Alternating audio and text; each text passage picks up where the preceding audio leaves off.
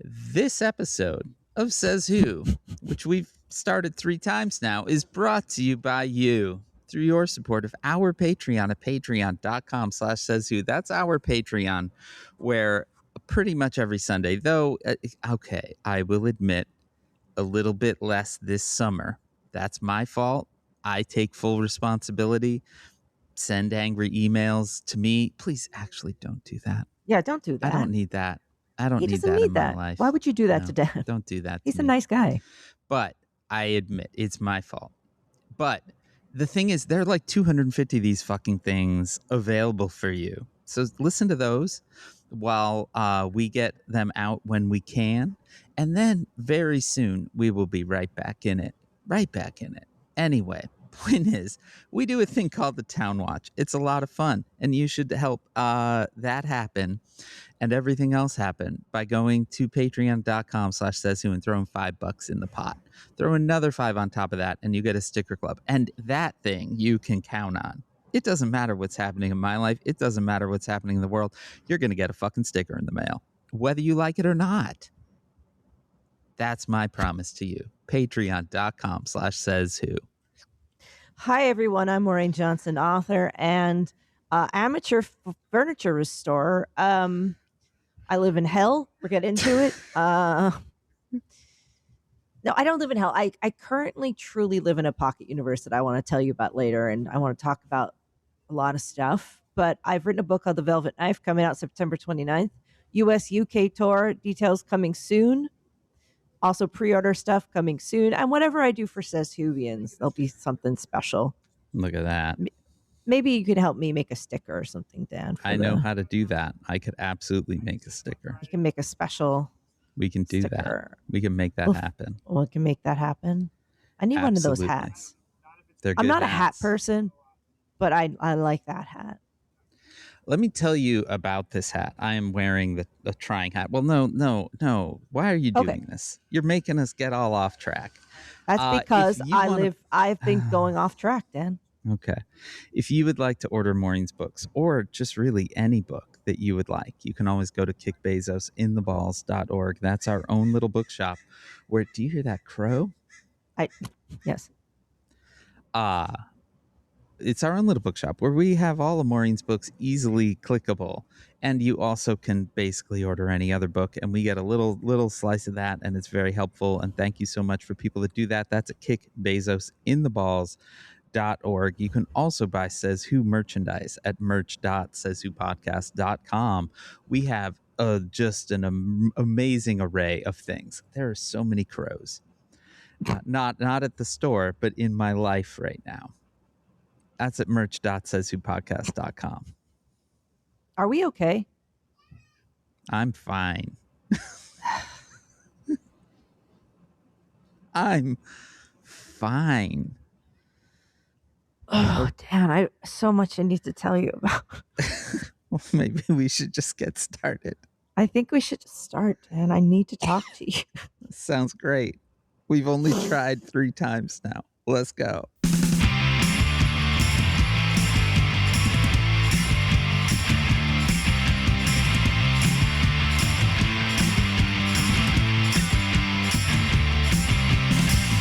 Welcome to Says Who, the podcast. It's not a podcast, it's a coping strategy. I'm Dan Sinker. I'm Maureen Johnson. Hello, Maureen Johnson.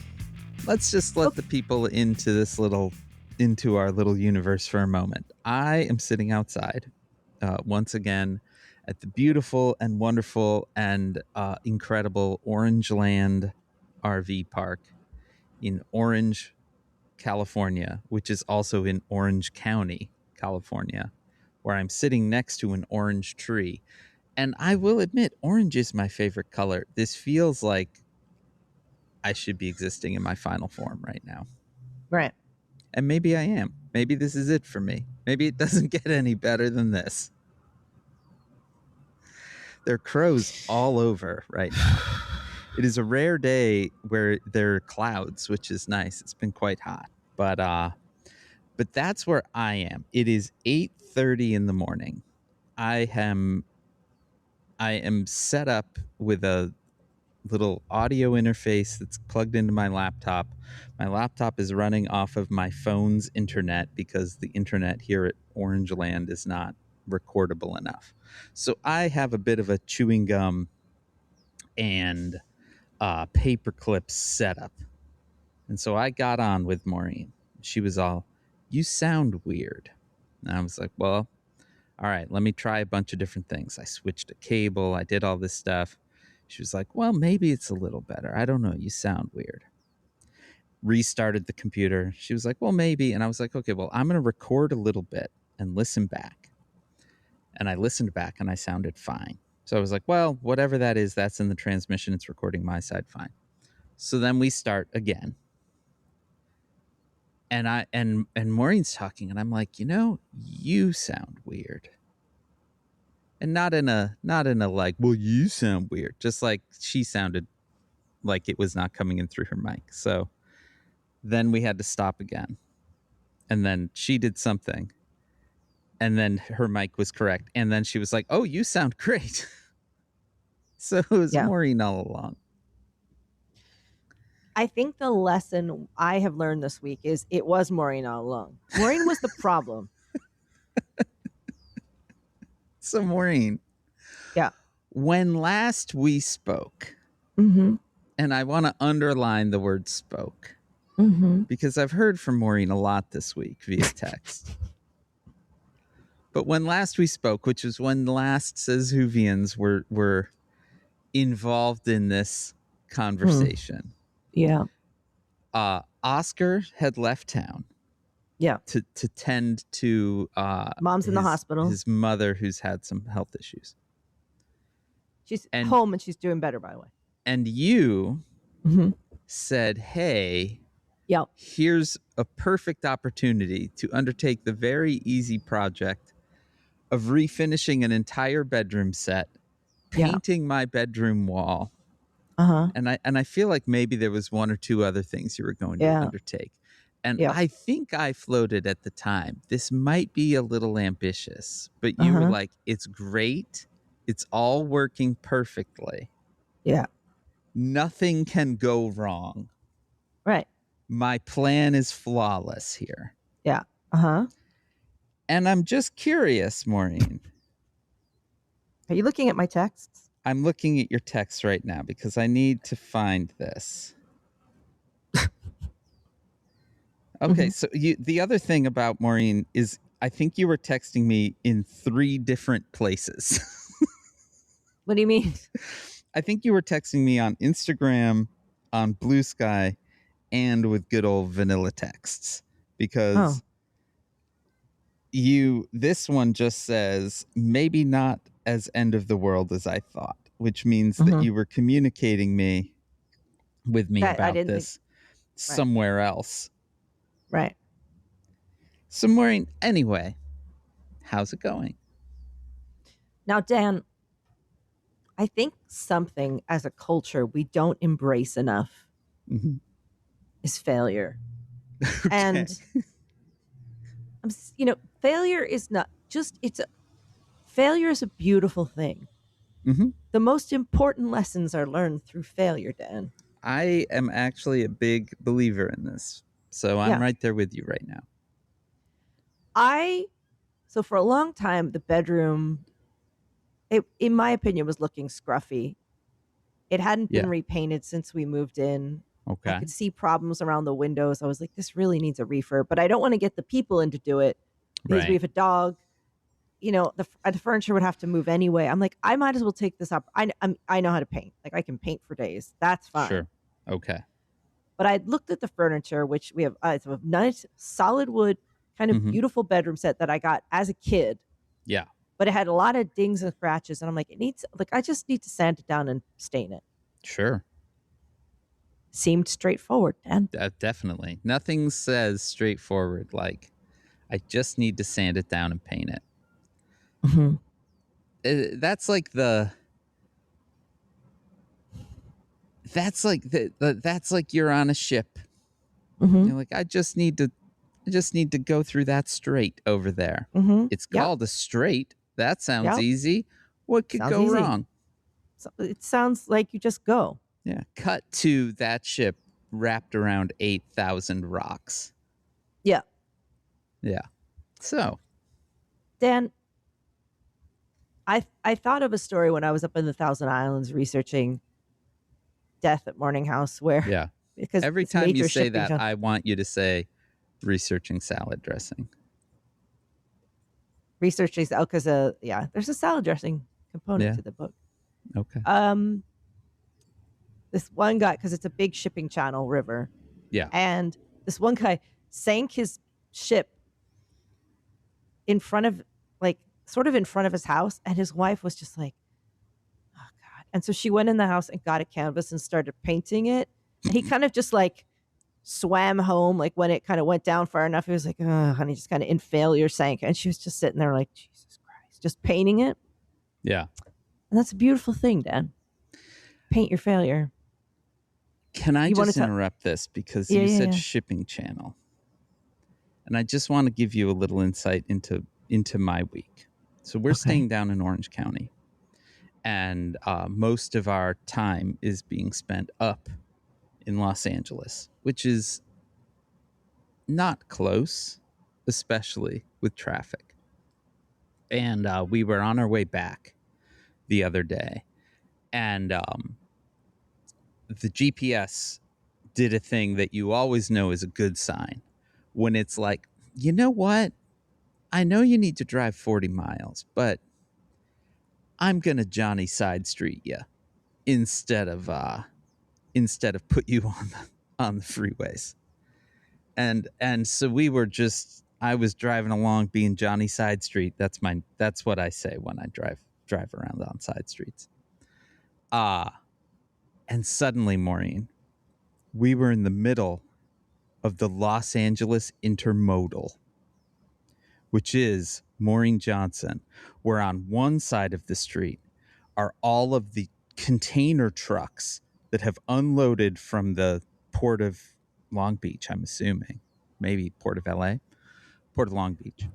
And on the other side of the street are the freight trains, and they move the containers from the trucks to the trains.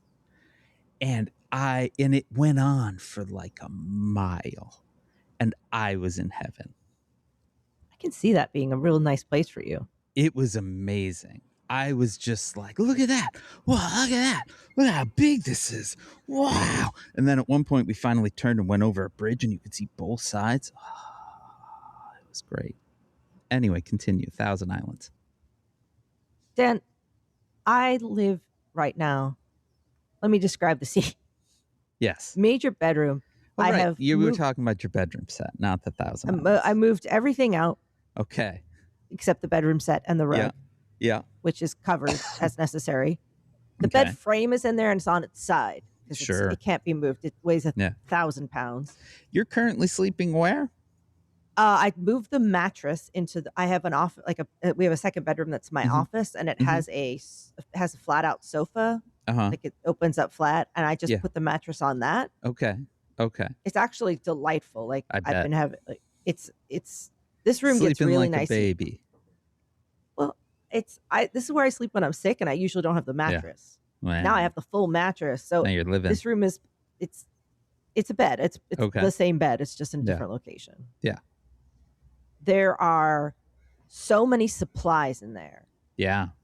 Like wood stripper, stains, polyurethane, sure, sander, 29,000 sander discs. Yeah. The cleanup materials.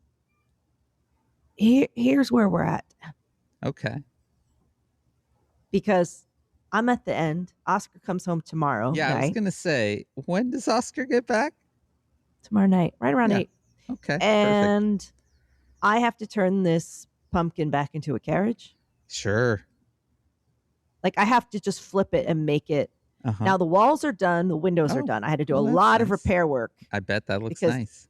Every time I touched them, like a chip would fall off. So I'd had to get basically I respackled and recreated sections. Yeah. Sanded it down. All of that looks great. Doors look I did all the interior doors, the windows, the walls, they all look great. Oh man. Done. Nice, clean, fresh, looks looks nice and refreshed. Living in the lap of luxury. I'm rehanging the pictures. Everything is, they haven't gone back in yet because they're still sawdust, but they'll just get hung up. Okay. I will somehow get that bed back down. Okay. Without killing myself. Sure. I got to clean under it, Dan. I've cleaned all the baseboards. Like everything is really sparkling now. Oh, okay. Now the bedroom's set down. Nice. Yeah. Here's where we're at. Okay. Staining, this is harder than it appears. I got a lot of uneven results. Yeah. The only piece that will be in any way kind of considered done is the dresser. Okay. Which I have new hardware for everything. Wow. I've polyurethaned. I'm sanding and doing the second polyurethane on the drawers today. Okay. They look great. Front looks great. Top surface looks great. One side looks great. One side looks crazy. Okay. I don't know what to do. Put that side toward the wall. Can't. Just the way it faces. It's the only thing you see. Hang a David Bowie poster on it. One side table is not good. Okay. So those are going to be fairly easy for me to just take outside and redo. Okay. So my plan is I redo the side tables. Yeah. Dresser and side tables, they'll be done. But in my own time. Okay. Now the big armoire. Oh, right. There's an armoire. And it's big and it's got lots. The trouble is it has lots of fiddly details. I have That's a quick what question. Got me. Yeah. Is there such a thing as a small armoire? I don't. So many details, Dan. So many like little. This thing is full of little intricate. Things. Yeah. I'm in hell. Yeah, it's the armoire that'll get you. I think I have someone come in and do that. Okay. Who? I don't know. I find somebody. They come in and they do that. All right. Perfect. Or I do it very slowly over the course of months. Okay. Oh, I didn't tell you about the incredibly intricate mirror that goes on top of the dresser. Okay. Like the little mirror on a little stand thing. Yeah, It pretty much is the whole size of. Oh, okay. But that has an incredibly intricate frame around it. Yeah. So that I took off, and I have been hand sanding for days. Oh, nice. That's perfect. Almost done. While it's down, you should re-silver that mirror. That mirror's in really good condition. Mirror's could probably be in better. I don't know how to do that. Don't, Dan, stop adding things. I'm in hell. Dan, I thought, truly, don't laugh at me. Fuck you, Dan. Dan, stop it. Okay, shut up. Okay, listen. I need to talk to you. No, shut up. Listen, Dan. The reason I did this. Dan, stop laughing. I can't now. Dan. I literally can't. Okay. Dan. I'll try. The reason I did this is because I felt like this was the hard.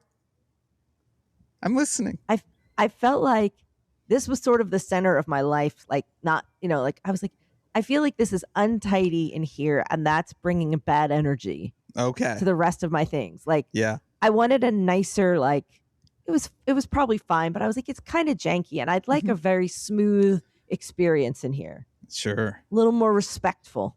Yeah. Yeah, how's that experience now? I said earlier that we need to appreciate our failures. Yes. I have worked so hard. Yeah, you have. Dan, I thought this would take 4 days. Yeah. I have been working for 10 days. Mm-hmm. Yeah. I have stopped wearing, I gotta be honest with you guys, clothes in there. I wear a sports bra. Okay. And a pair of shorts. Perfect. That's it. The nice thing is you have a real big place with lots of good ventilation. So this, yeah. Actually, we do have good ventilation in there. Okay. Well, that's good. We have great ventilation. So we have this diagonal with a really strong breeze that comes in. Okay. From the river area. Okay. So we actually have a really good cross-ventilated breeze. So you're wrong, Dan. Fuck you. So good. I'm glad. I just thought I wanted to restore it. We've been here a long time. It needed some fixing. Sure. Now the walls do look good. Well, I'm glad. Windows look great. I have talked to Oscar at point, said, I've priced out new bedroom sets. And then the next day I'll be like, it's fine. And every day he's like, can I just come home and have a place to put clothes? And I said, yes. The promise is when he comes home, everything's going to be reset. Mm-hmm. Dan, I worked in theater. That's where this confidence came from. Yeah. I've worked with lots of power tools and, painted sets and done stuff. And I was like, I can do this. Yeah. Yeah. This, mm-hmm. I've worked so hard, Dan. Yeah. And so many hours. Yeah. I have lost weight. I bet. I can feel it. I've lost some weight. Yeah. I've sweated it off. All water weight is gone. Mm-hmm. I can feel muscles that I didn't have before. Yeah. I'm like, that'll come from 9 hours of hand sanding. Yeah, that'll do it. At the first couple nights, I was so exhausted but I've grown into it, Dan. I think I'm stronger now. Okay. But I felt myself entering a kind of K-hole of just, I'm trapped in this project now.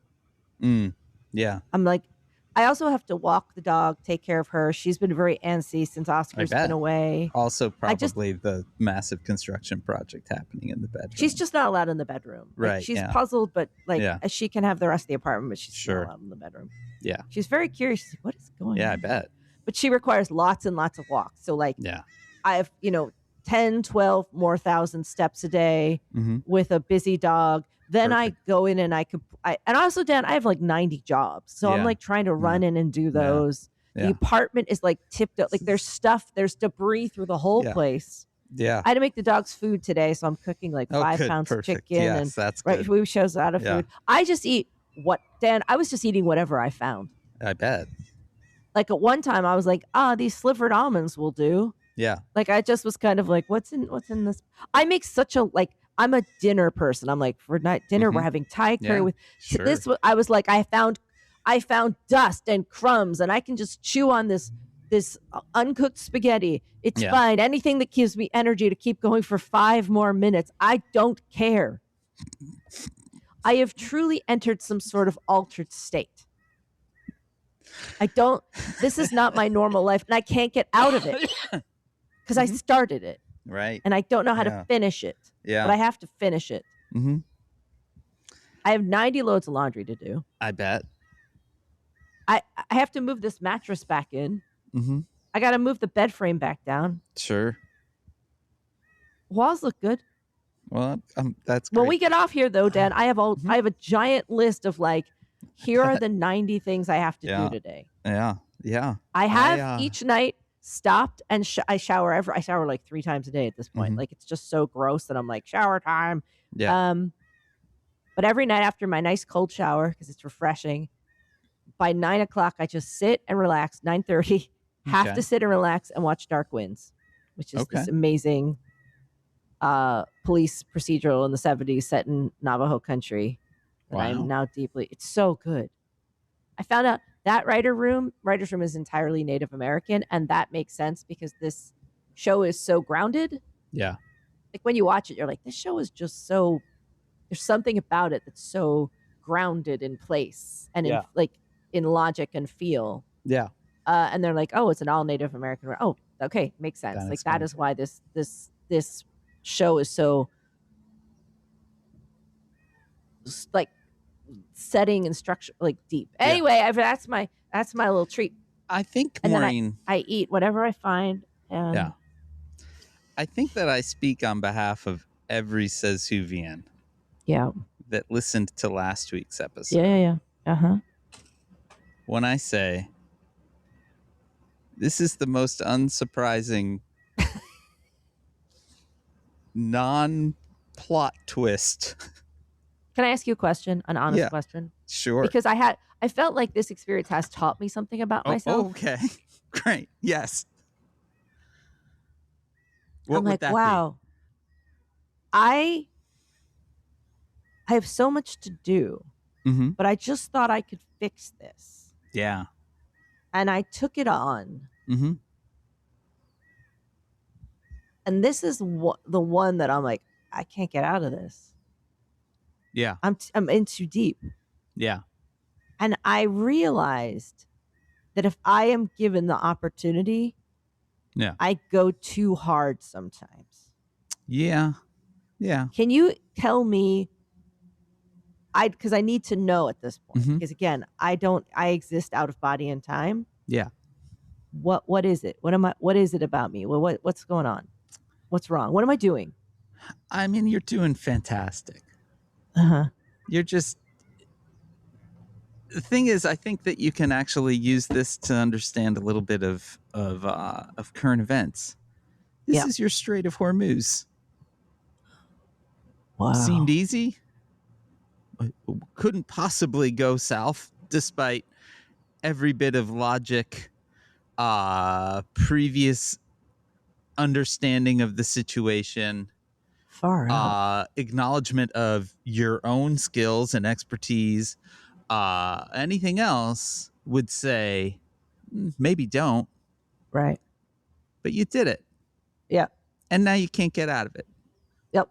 Yeah.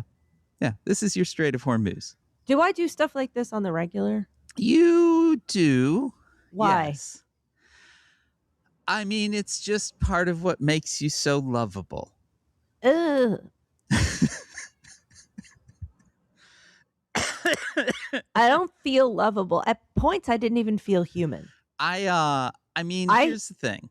This is the same reason you have written 20 books, is it? Yeah, something like that. You know, that is an area where your ambition and ability to do some level of self-delusion intersects perfectly with your talents. Oh, wow. Far out. Right? You're able to trick yourself into it'll be easy, and then it's not easy, but you can get out of it because you're very talented at that work. Oh, wow. I will say, Dan, that in this work, because it has been so physical and so demanding and so kind of repetitive, I entered a kind of deep meditative state. Okay. And started structuring the entire new book in my head. Well, there you go. Like I went so out of body. That happens a lot. Like when you're doing other stuff. Yeah. But this was so intense that I was like, oh yeah, and then this happens, and then I put this here, and this is how I structure that, and that. And I'm so eager to get everything back in order to get back to writing. It's like I burned out all of that other impulse to get up and do other things. Readers of the next book are going to be like, wow, there's a lot about Stevie Bell refinishing furniture here. It's a lot of sawdust. Why does she have an orbital sander? Man, my orbital sander is my best friend. Every person reading your next book that has listened to this, when the orbital sander enters the room, they're going to know the murder weapon. I'll put in something, some little nod. Some little They're going to find a body, and there's just going to be a lot of remarking on how smooth the body is, and everyone listening is going to know. Man, though, when you sand something and it turns out right. Oh, yeah, it's real nice. And then when you sand up, there's just some of these panels, Dan. They don't want to, I sat there, and smoothened, I checked, I wiped it down with odorless mineral spirit again and checked. And I was like, this should be smooth. And then the stain goes on. It's like, I'm like, but why? It's good. There was a point where I'm like, fuck it. I'm just buying paint. I'm just going to get the furniture paint. Just fucking paint it. I mean, that's one way to go. Just fucking paint this shit. We grabbed this pretty cool little side table off the street, down the street from us a few years ago. And it was in fine shape except for the top, which clearly had plants stored on it. And so there were these giant kind of discoloration rings from where the plants were. And there was a brief discussion that involved, the wood's pretty nice. We could probably sand this and refinish it and be done. And then you know what we did? We slapped a coat of red paint on it. It looks awesome. I think that might be the way to go. Like no, at this point, you're in the midst of the sunk cost fallacy now, where you're coming up with a new direction to go. Actually, One of my thoughts, and we will get to the news. Oh no. One of my thoughts is that because it's these inner panels that don't look good, like the outer frame, and then they have these inner panels. I'm like, maybe the solution is just to paint, like do contrast paint in those inner panels. Paint the That panels. actually might look really good because the outside is fine. Sure. There you go. And then I could add a little contrast to the mirror. You know, it's a little like little zhuzh. And that would actually take out all the problems. Okay. There you go. That might be the way. And I think that I could, and you know what? I know how to paint. True. Good at painting. This is again, I cannot underline. I have to repaint my office too, and at least I don't know how to do that. But I'm not going to do that now. No, because you got to live in the office now. I also, I don't even. I thought I was gonna. And it's next year, winter time or some shit. I don't know. I gotta write. I have 19 jobs, Dan. Yeah. You know what did this to me? I watch a lot of Instagram reels where people refinish furniture, and that convinced me that I could do this easily. Yeah. You know, the thing about Instagram is a lie. It's a lie. A lot of like really cute, like then I just slapped a coat and I just redid it. Now it looks great. I'm like, I can do that. Yeah. Me, I'll do it. It'll look so good. I mean, to be fair, I think that most people that start their refinishing journey don't start with a 4-piece bedroom set, including an armoire. Yeah, that's one thing I learned. Yeah. Usually they start with something small and less disruptive to the life. I have learned. Like, I have learned how to make it better. Okay. I have learned what the tools do and how to... We need to stop talking about this. It's just that I am so tired and confused, and I need it to stop. And I'm all by myself. And I have so many jobs to do. I'm just really... Remember when so Oscar unsurprised by this? When Oscar went away once and we used to have a DVD player and I got a DVD of this show Borgen, and then it got stuck in the DVD player. Yeah. So I opened the DVD player with a hammer. Yeah. Here's a thought. Right. Let me just float something by you. Do things like this happen every time Oscar goes away? Yes. Okay. This is the biggest one, though. Yeah, definitely. Because I'm always in my brain, I go, well, this is my chance to do this. Right. I wonder if some of this has to do with being alone with your thoughts. No, it really is an impulse to, I literally have lists. Like, here's the list. It's a checklist, as you can see, of jobs around the house. And this bedroom one, like the painting, everything was here. Okay. So I had the whole job had long been kind of specced out. Okay. But I always thought, when will I ever have a chance to do that? You'd have to go away for like 10 days for me to do that. Why? And then suddenly his mom was in the hospital. He's like, well, I got to go away for 10 days. Yeah. And I'm like, well, I guess this is it then. Yeah. You know what people love when they've had to suddenly run off to care for an aging parent? They love a good distraction at home that they have to be updated on every now and then. Not if they're making or if their wishes. It's the best. I'm sure that's been very calming for him. He's like, he lets me do whatever. He doesn't care. He trusts me. Yes, that's good. That's good.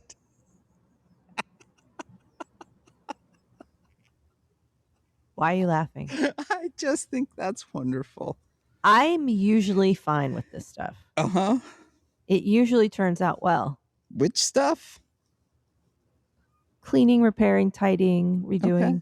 Yeah. You know, I just put UV sheet, like glazing, like the sheen all over the windows to keep the UV out from damaging stuff. Then I repainted that windowsill and I added new blinds, and I just did all that, and it looks great. Look at you.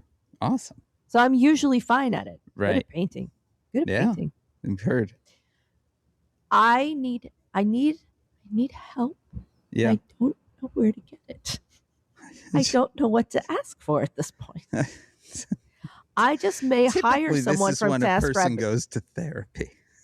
No, this is when someone goes to TaskRabbit and says, hello, will you just help me with some things for a day? I need to put this bedroom back in order. I feel like I'm covering up a murder scene. I wanted him to come back to this beautiful, restful you bedroom. had a vision. Yeah. I had a vision. I had you new pictures. articulated this vision thoroughly last week. New pictures on the walls, like a nice candle burning. Like you came back, like, wow, this looks amazing. Instead, I'm like, ta-da! And like that kind of failure music is playing, and the candle is slowly burning into the furniture. Yeah. Again, this was the outcome that I expected when you talked about this last week. Like, to a T. There's no part of this and it's like, oh, wow. Who could have saw that coming? Except, I guess, you. Let's just get to the news, Dan, okay? This is about current events, not me and my projects. Okay. But if any of you would like to come over and help me. I have an assistant now, Dan, and she's been writing to me like, give me things to do. And I'm like, I can't. I'm stuck behind a bedroom set. See, if you had gotten the assistant in New York, no, you'd be like, do I have a job for you? So tell me about the news, Dan. Well, Maureen Johnson. Mitch McConnell still exists in sort of a Schrodinger's cat situation. This is one of the most fascinating things that's ever happened. Yeah. It's August now. We last heard from that man in June. There was a big dust up yesterday. That would be August 3rd. About whether or not there was a deadline that day, after which a special election to fill his seat couldn't be called. So there's been sort of this ongoing, I don't know, blue sky theory that all of this would end on August 3rd, that they would reveal that Mitch was in fact dead because they had to get it over the line so that a special election could not be called. Which always felt a little weird to me because, like, that special election would only be to finish his term, which ends in January, right? Like, ma'am. And it's Kentucky. So what was going to happen? But anyway, this has been a whole thing. Andy Beshear, the Democratic governor of Kentucky, and certainly most people's list, potential 2028 presidential candidate, has been very vocal in basically saying, like, hey, produce a body or produce a living human. We need to know.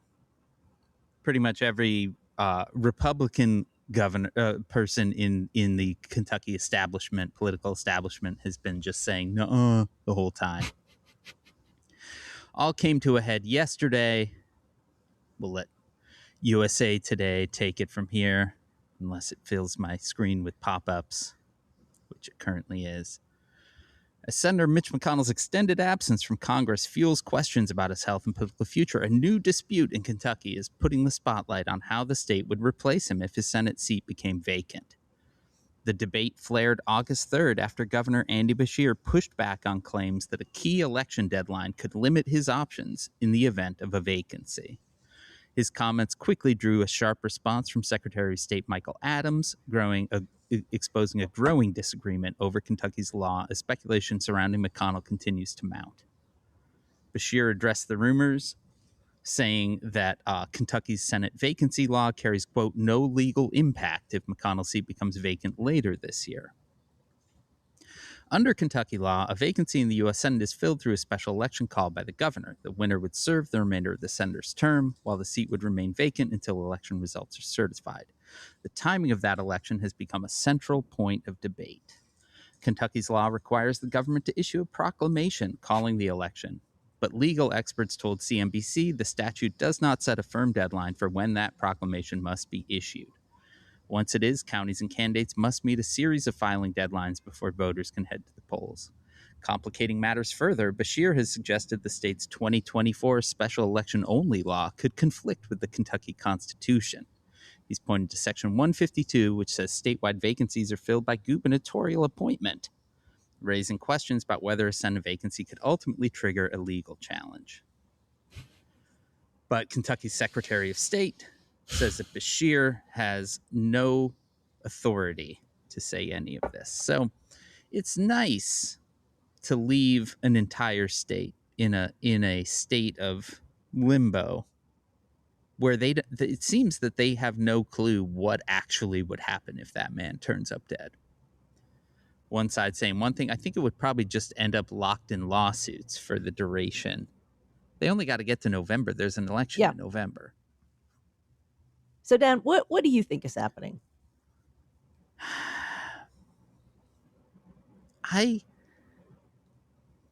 It's very hard for my brain to wrap around the idea that there's an actual dead man that they're not saying is dead. Right? So I think he is in some sort of state where he's not dead. But I do think if he had any ability to be on a video camera saying, hello, I'm doing good, we would have had that by now. What do you think? Yeah, I think he's on some kind of machine.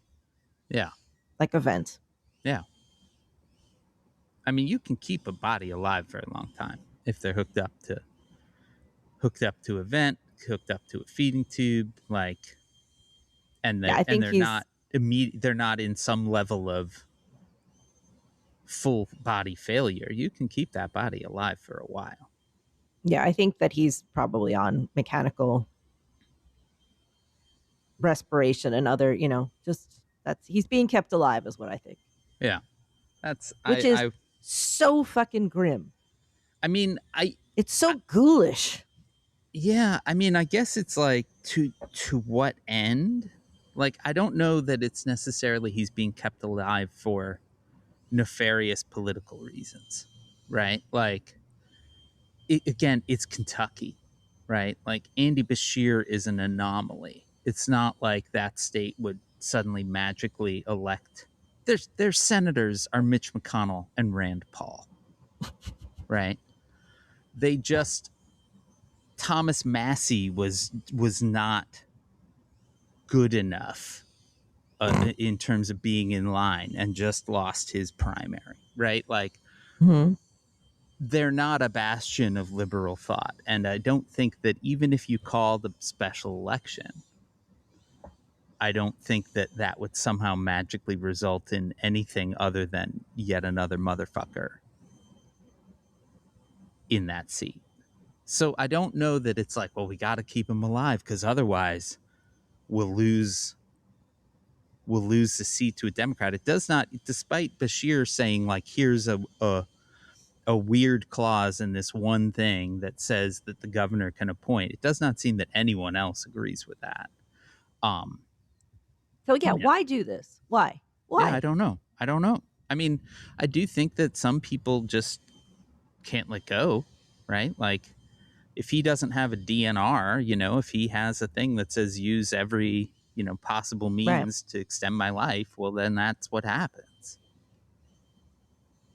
For me, if I'm in that state, Maureen, saying this live, everyone just fucking yank that plug, please. Yeah.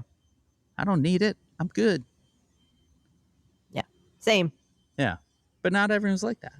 So, I mean, it could just be that, But why not even give an update?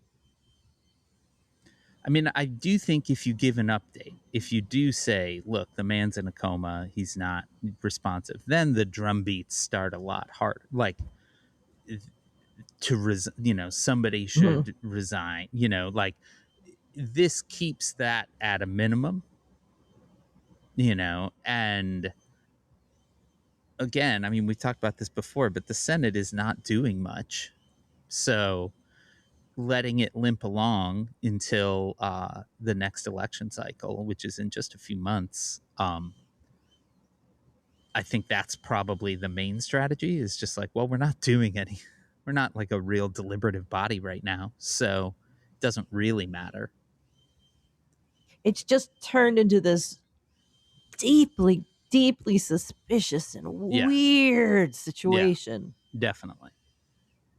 It's very weird. It's I so apologize. fucking weird. I apologize for the constant leaf blowing that seems to be happening as well. Very peaceful. I'd like to be where you are. We got woken up at 6 a.m. this morning because there was a family next to where we're parked that was leaving to go to Disneyland, and they had very young kids who were very excited, and they were quite loud. But usually it's very peaceful here, actually. I'd be excited if I was going to Disneyland this morning. Yeah, you're in your own little Disneyland. I am in my own little Disneyland. It's not. I'm in like Disneyland. that Banksy version of Disneyland.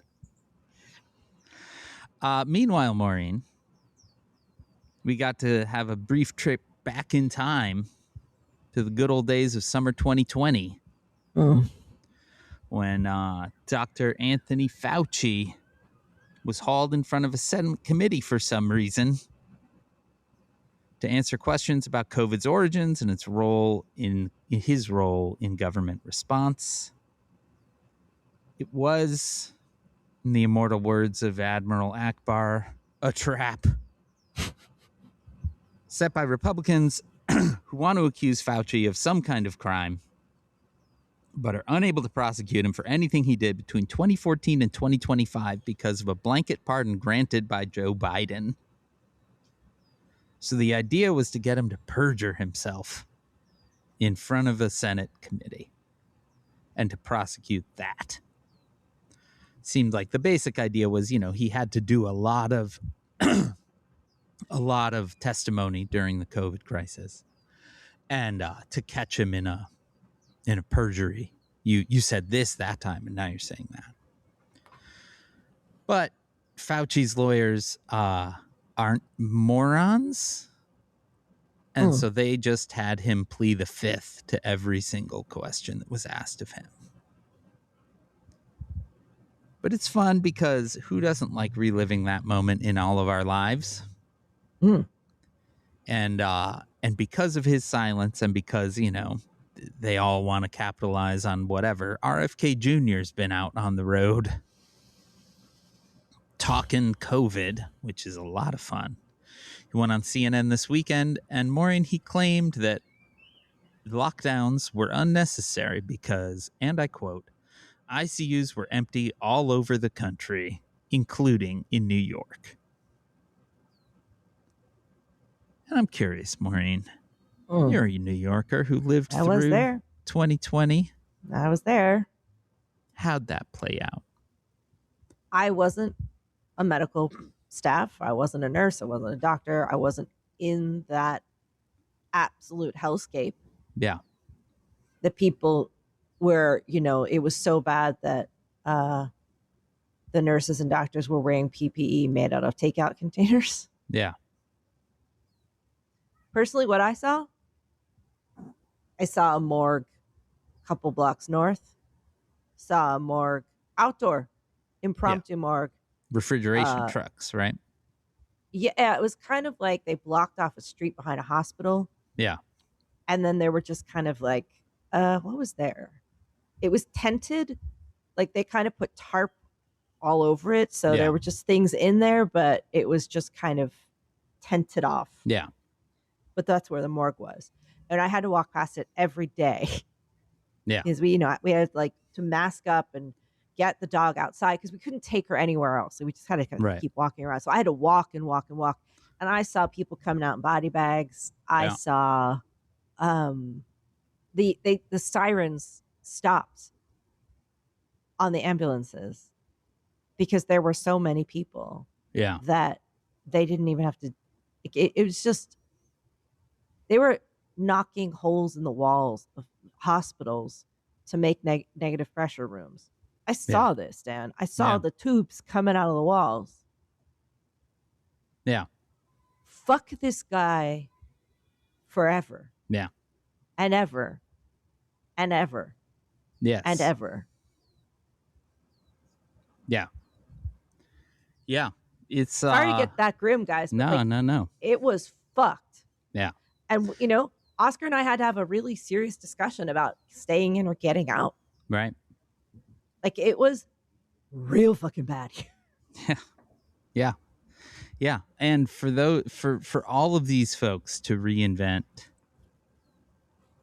a history that we all lived through is truly one of the more galling bits of bullshit that they have foisted upon us. But Maureen, I want to change the tenor for just a moment.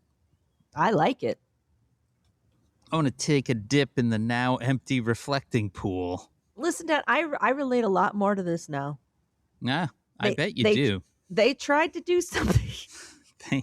They really believed they could do something fast and quickly. They saw it on TikTok and they were like, "We can do that." Do that.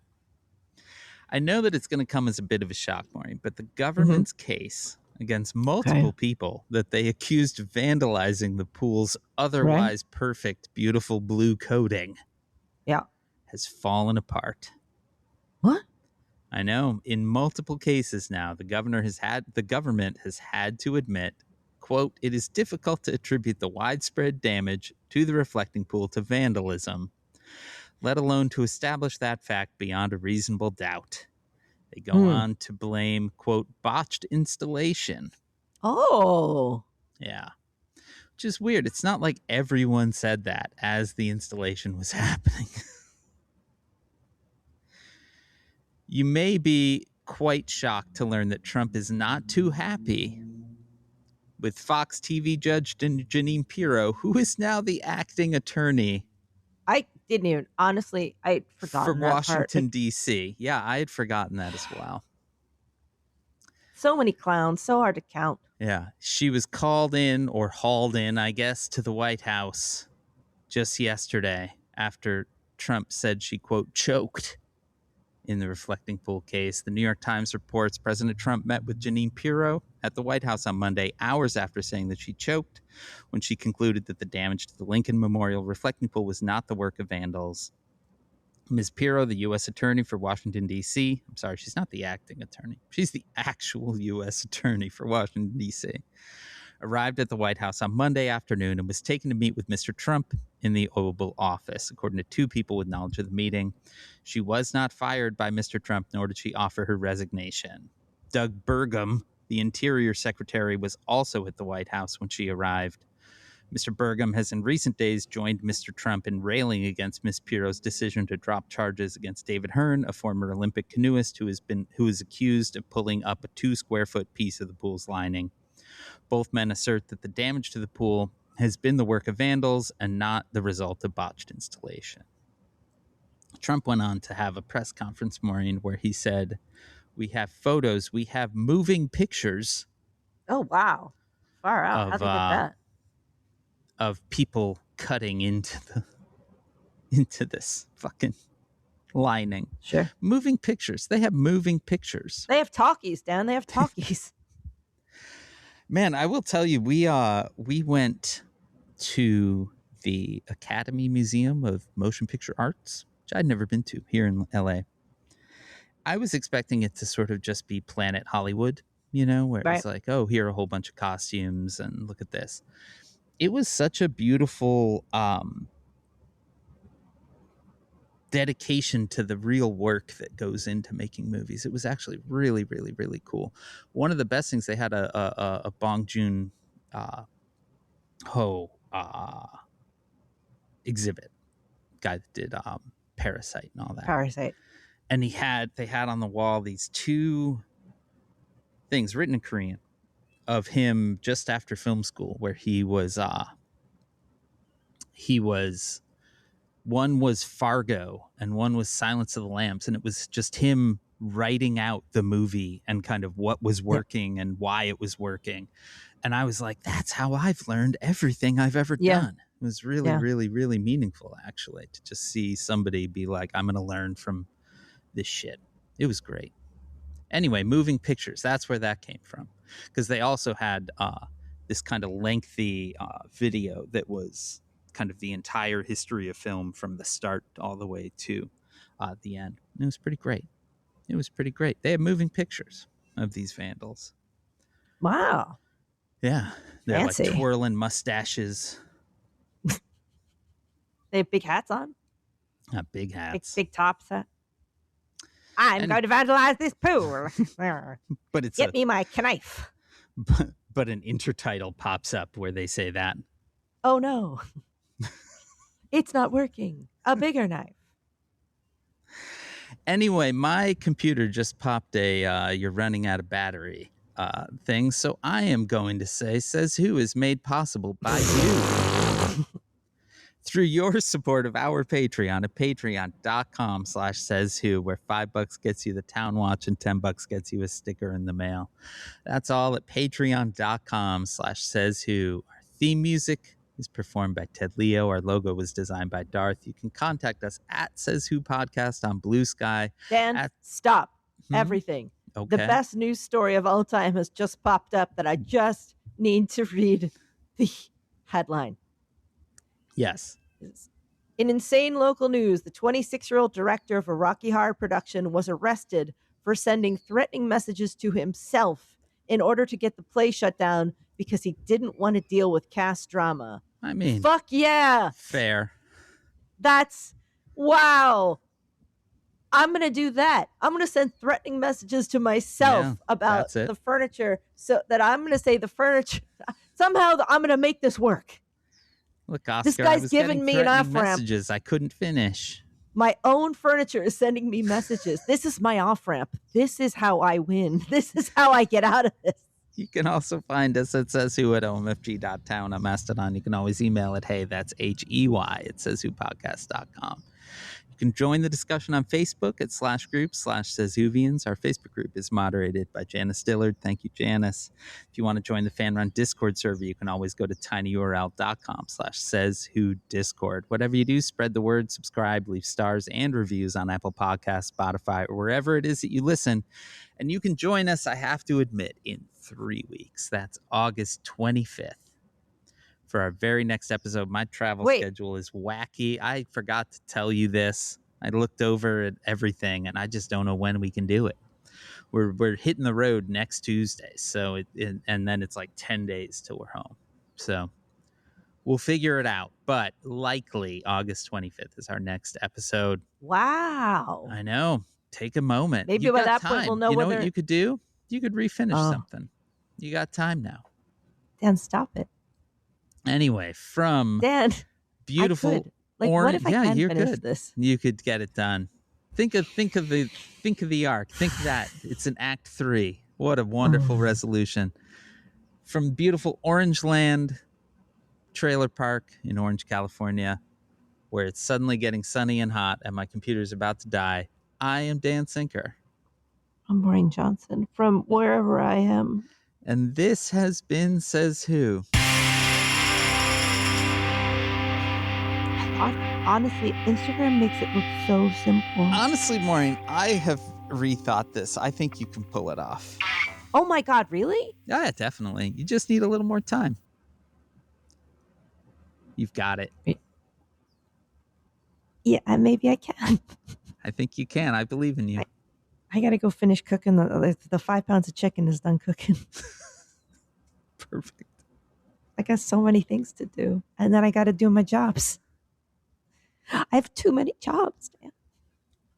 Why? What have I done? I did this. And I did this. Yeah. This has been Says Who.